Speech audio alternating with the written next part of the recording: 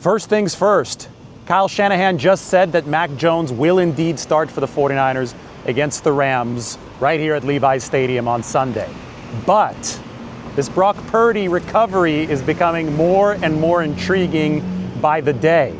He was out at practice today, moving around, throwing more aggressively than I've seen since week one, since he suffered the turf toe injury.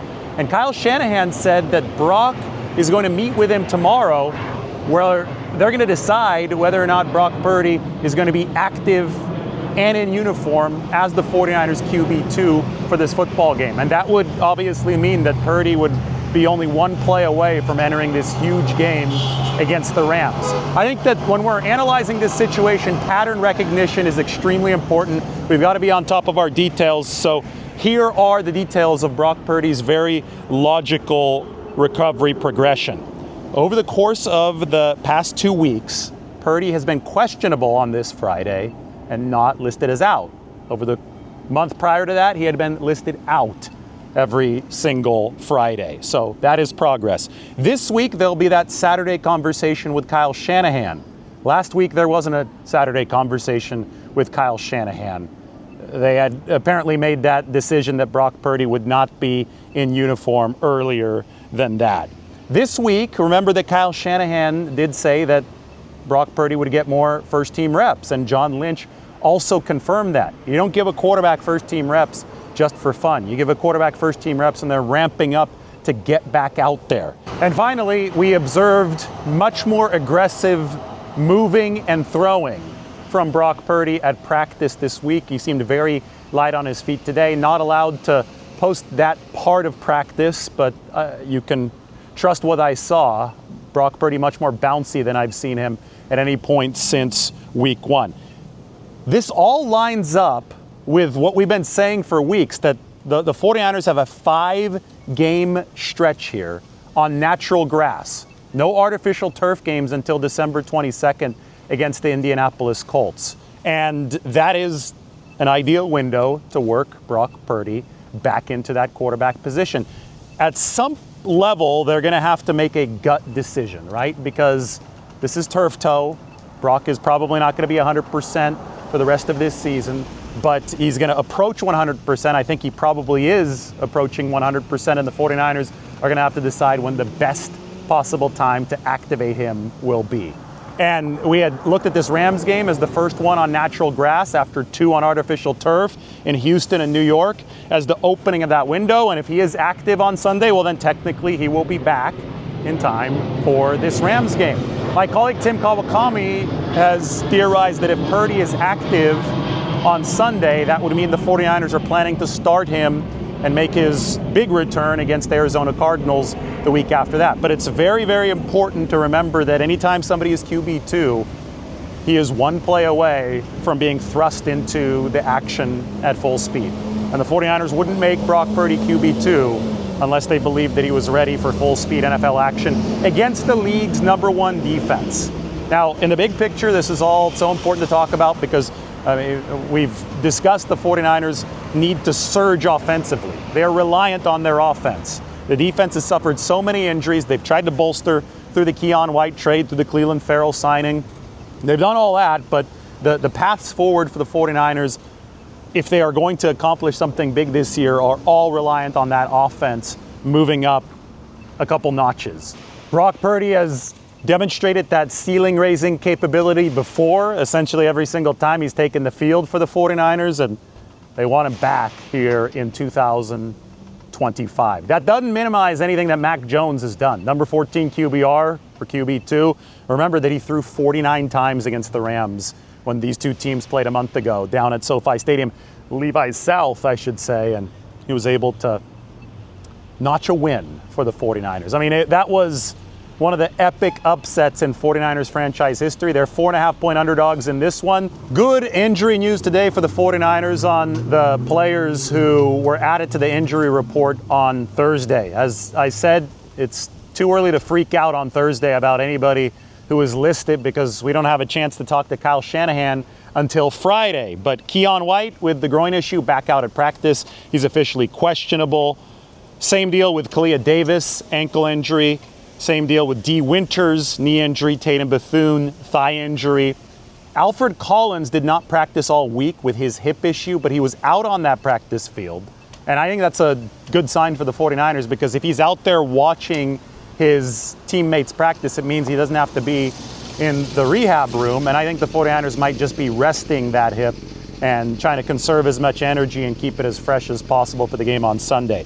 All those guys officially questionable. It would not surprise me if all of them played, and that might even include Purdy on Sunday. So we will wait with bated breath for Sunday. But Mac, yes, Mac is the starter. It's just a question of if Brock Purdy is going to be back in that QB2 spot, which would be very significant news, not just for this game on Sunday, where the 49ers are playing that #1 Rams defense, but also for the larger picture, as we've been theorizing about when Brock Purdy might return. And again, 5 straight games on natural grass. That is significant. And I think that you've seen the Brock Purdy ramp up coincide with that after the 49ers got back from that artificial turf road trip. You know who's good to go? Bryce Huff. He was sprinting on that field today at warm-ups. You could tell he's excited to be back. So I do think that Keon White's going to play. Remember, there is no probable designation anymore. That was canned years ago.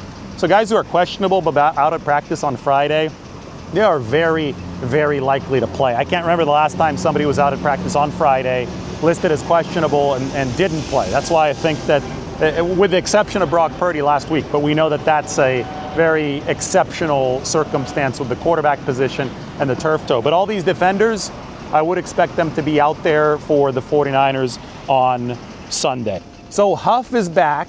That's extremely important for San Francisco.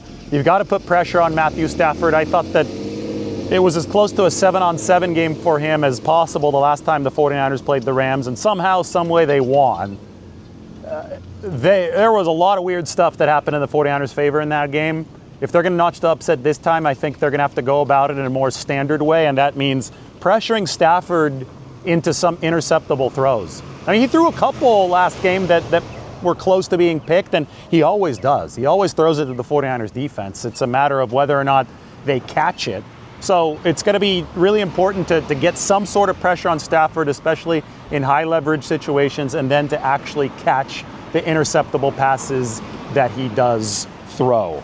As promised, I prepared this graphic for you to explain why the 49ers are 6-3, why they have a shot despite being significantly undermanned against a very good Rams team on Sunday, and why they have a shot really against anybody that they play moving forward, because the NFL is all about success at high leverage spots. Well, look at the 2024 ranks in run defense, red zone defense, average separation, and special teams EPA. The reason I pick these 4 is because those are the ones around which the 49ers built their roster reset this offseason. The goal was to improve those metrics, which were ranked near the bottom of the league, or at the bottom of the league for the 49ers. Well, their run defense has improved from number 29 to number 6, so they're no longer automatically losing control of games this season.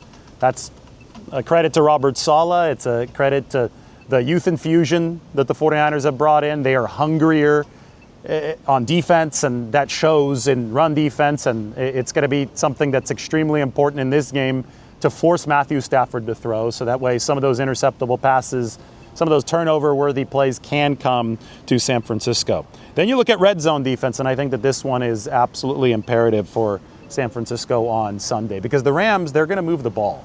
I would not be surprised if this was over 450 yards of total offense for the Rams. We know that the 49ers are beleaguered defensively, but if they can hold in the red zone, and this year they've been about 15 points better in the red zone, like percentage points better as far as opposing touchdown percentage allowed. If the 49ers can turn 7 points into 3 points multiple times in this game, they're going to be in much, much better position to pull off another shocker. And you look at something like special teams.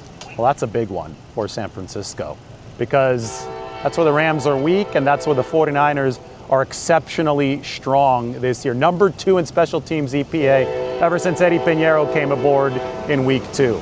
They've gained over 3.5 expected points per game in that third phase of the game. Could be the difference again against the Rams. Of course, you look at average separation. That's the one metric that hasn't improved all too much for the 49ers this year. It makes sense, but they've been so shorthanded at a receiver. Unfortunately for them, Ricky Pearsall is indeed out for this game. Talked about Brandon Ayuk earlier this morning in our video. Last time the 49ers played the Rams, they did not have George Kittle, though. They also didn't have Jawan Jennings. So they are healthier in many ways than they were during that Week 5 game, at least on the offensive side of the ball. But no Fred Warner this time. They didn't have Nick Bosa in Week 5. They're going to have to find a way to scrounge to an upset win and 7-3. Can they do it? Well, we'll see. But maybe they've got some tricks that we're not even thinking about up their sleeve. Talk to you guys soon from Levi's, maybe a weekend from San Francisco. Looks like the weather's going to be good in the city, but we'll be back out here on Sunday. Stay tuned for the content. Until then, you know what? We're coming up on 100,000 subscribers, so make sure you hit that sub button right now. Would be much appreciated. We'll talk to you soon.